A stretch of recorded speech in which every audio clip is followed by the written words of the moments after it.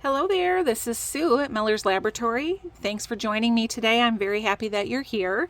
Today I have a new journal that I have just completed. I'm going to be listing it in my Etsy shop, and if you're watching this video, then it should be there and available. I had a lot of fun with this particular book, and before I open it up I want to show you how I started. So if you've watched my channel for a while, I have made a few other journals where I used these Stampin' Up! Little, they're called like bitty board book kits or something like that, and inside they have these little tiny little 2-ring binder chipboard notebooks with little photo sleeves in them.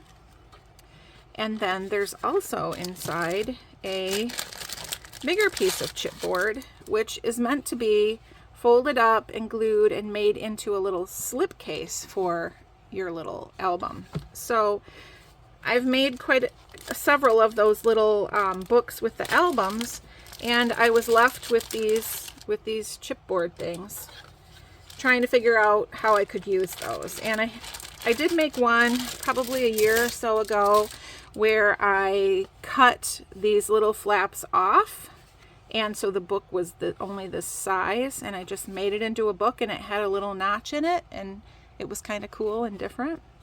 But for this book today, I actually reinforced these flaps and I kept this height. So the book is actually the full height of the little chipboard doodad here, whatever you want to call it. It has a really cool binding. I wanted to show you this. Very different from what I usually do, where I'm using an old book cover. This one I actually created this. And so I'm going to go ahead and untie this. This ribbon here is glued and also stitched down on the spine, so that's not going to pull out, and I just used it to tie through this notch to hold the book closed.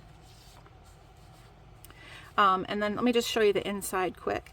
So this chipboard that was here, I covered it with this green paper, which is actually the paper that painters use, the masking paper.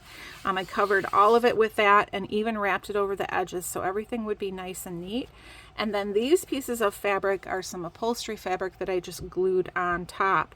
And I just chose this because it reminds me of bark and moss, and I just thought it was really appropriate since this is a nature themed journal. I also added a little cluster up here with some old vintage quilt, a little piece from a quilt top, and a couple of other scraps of fabric, a little butterfly and a button. So I just want to go back here to the spine. So let me show you the blank one. So this is what the piece looks like, and this is the spine piece. So what I have done here, I hope you can see that, is I have 3 signatures, and you can see them on the top and bottom, and they're stitched just to the top and bottom of this chipboard spine. Okay, so I just thought that looked really cool and unique, and it was kind of, I used to just make books, just like more traditional sort of books with pages in them that were all the same, and I used to do lots of really neat things with partially exposed spines. So this was fun to kind of go back to those skills I haven't used in a while. All right, so each signature I just used some tea-dyed packing paper to cover it, and again that was just so it looked nice and uniform from the outside. Those can be adorned, they can be written on, you could glue things on them, or whatever you want to do. And then I also left this blank so you can put a label in there, you could put a pocket, whatever you might like. I used a lot of nature themed digitals, and also a lot of little fussy cuts that I've put in. This is more of that same green painter's tape. If you cut it into the regular 8.5 by 11 size, you can run it through your printer, and that's what I did here to create this page and a pocket here. Little tag here. It could have more of a focal point on it too, if you like. Here I've created a little flip page with this image of deer. This is a vintage or at something that I got from Flickr, from the biodiversity website, that image of the deer. And the fern pattern that you see here also was a digital. I always below put a link to a list of all the Etsy shops that I buy digitals from. There's a ton of them on there. If you ever have a question about a specific digital, I am happy to show it to you. All right, added a little butterfly there. This is a little Gwen Frostic note card that I added in as a page. It's so pretty. Kind of a specimen page. Also, that was printed. And so I'm going to take a pause a second here because you can see I made a little tab here. So because of the way this book is constructed, I only could make the pages this wide because I didn't want them sticking out in this notch, because I wanted to tie the ribbon through there. So that left a bit of empty space at the top and bottom. So I added a lot of tabs on these pages, which I think is really fun. Sorry, we'll go back to the flipping. This is something from an old, I think, a children's nature type book. Pretty owl that I added in there. This is just some blue blind paper that's tea dyed or coffee dyed probably. Bird image. And some mushrooms that I added in. These are digitals. Here's an envelope that I added in, and inside there's a tag. Just has a little bit of floss on the top, and a ground squirrel. I would call that a chipmunk, but to each his own. They called it a ground squirrel, and maybe they're two different things, I'm not sure. Little skunk there. On this tab, I should just show you, I actually punched out a little daisy shape so you can see that when it's up against the plain paper. I thought that was cute.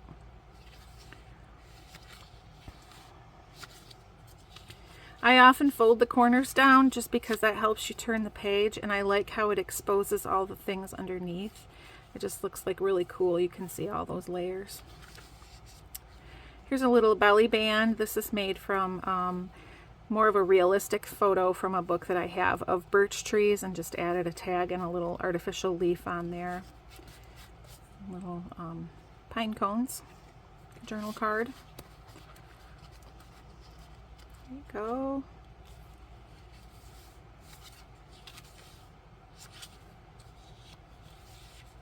The other half of the little Gwen Frostic card. There's some butterflies. Digital.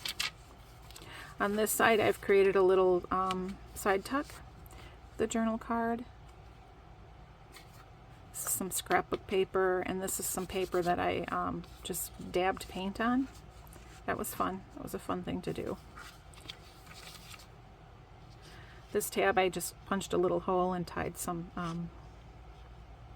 floss in there, some string. Another pocket, another little tag.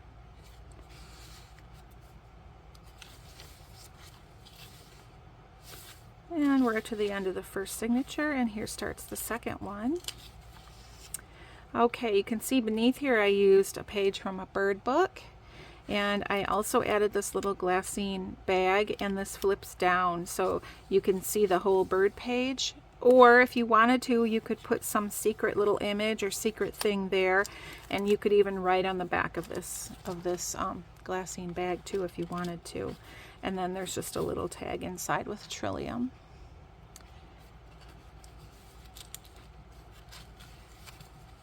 Here I have just a little flip out from one of these wildflower. I think this might be Wildflowers of Great Britain. I'm not sure, but it's a really cool book. Another owl. Now here I've made, I used this digital. It's got some ivy. And on the other side I cut the corner from an envelope, and I actually cut out the ivy where you see it disappears here and wrapped it around and glued it on that side. Tucked in a little tag here with a bear, and that's just made from a paint chip, but it's bear paint, so I thought that was cute. There's a little bear there too. Little play on words there. Okay, here we have something fun, a little pop-up page with a dragonfly and some water lilies.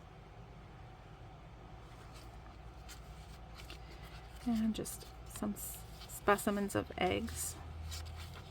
And this is just some ledger paper that's not old. It's a page from an old bird book. And some more paper that I painted on here. And this is some kind of a, this is from a pad of paper, just pretty little papers that my son gave me. Isn't that pretty colors? I love that. Now in the center of this signature, I used another Gwen Frostic image. This is from a book that I have. And the book was chewed up by a dog before I purchased it, so I didn't feel bad taking it apart. But there's one of her poems in there. And the really pretty decal edge that was original to the edge of the page, which is really lovely. On the other side, there's an image of some blue flowers there. And I just added the bee. We have another envelope sewn in here with a window. This is like a jeweler's envelope that I did a little decorating on. And if you open it up, there's a little tag in here with a raccoon. Writing space on the back, and you could add something else here, or you could do some writing there. This part doesn't show when it is in the envelope, that blank part, so you could do what you like with that. All the way in there, little guy, there you go. Okay, just a little bit of embossed paper here to make that tab, and this just flips out a little bit.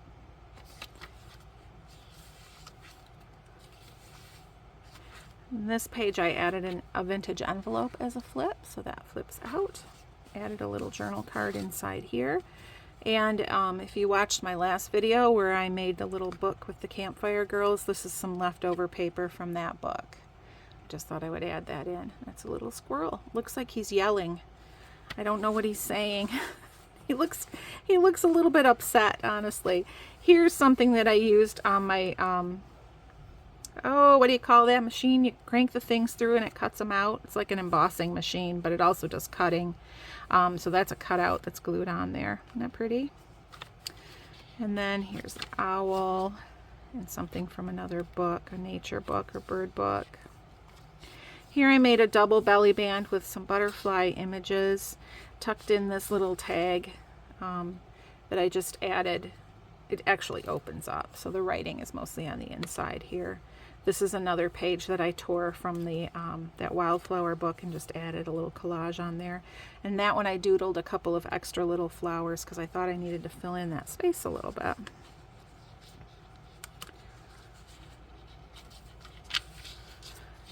Here's the other half of that page where I made another one of those envelope tucks. This one I added a label on and just tucked in this little journal card with a bunny on it.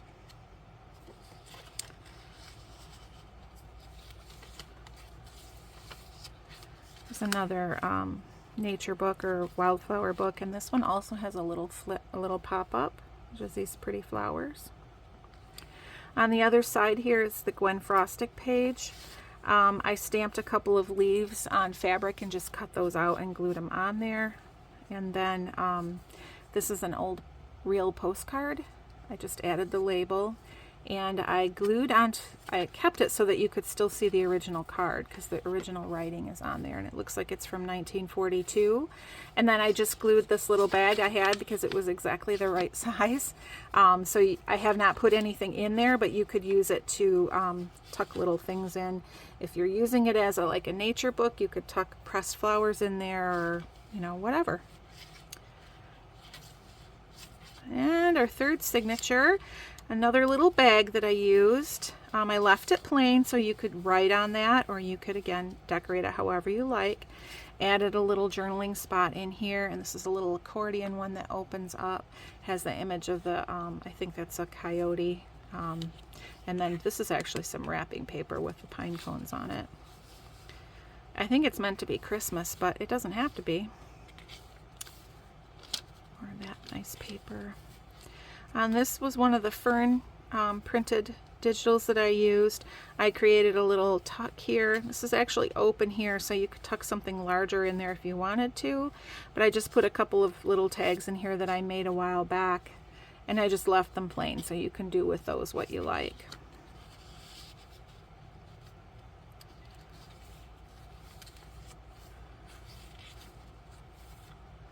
I had fun with the little tabs and making them all really different. That's a really fun thing to do. This one's a little piece of fabric up at the top there stapled on. Another pretty mushroom image there. And this is just a blank page from an old book. Another tree guide page here in a pocket. I tucked a little tag in here made from a Rolodex card. Just plain on the back so you can write there. And on this page for the tab, I used some of the Tim Holtz film strip ribbon. I have a roll of that and I don't ever use it, and I thought it would make a really cool little tab, so I just folded it over and stapled it on. Another little journal spot here. This is an image that I had printed out a while back with an envelope. I just added another stamp on there and put the cancellation stamp over top. And that is from an old bird book again, and I'd stamped that writing on there too at the bottom.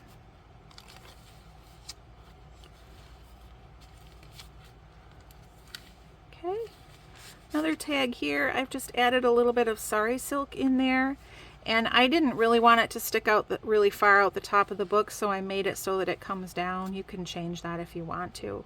That's another little squirrel.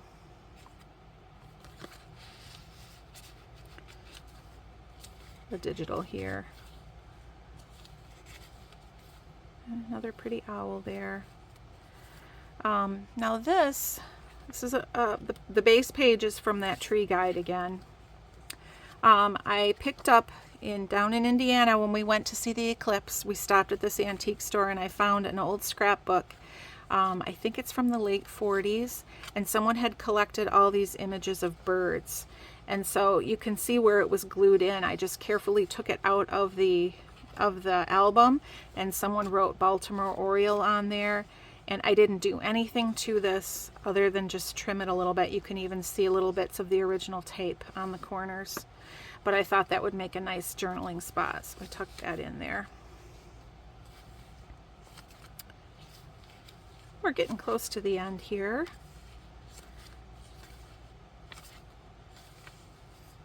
Digital. This is a little flip out. It's a little bit dark, but I think you could write on that, or you could add a piece of vellum in there and write on that. That would be really pretty.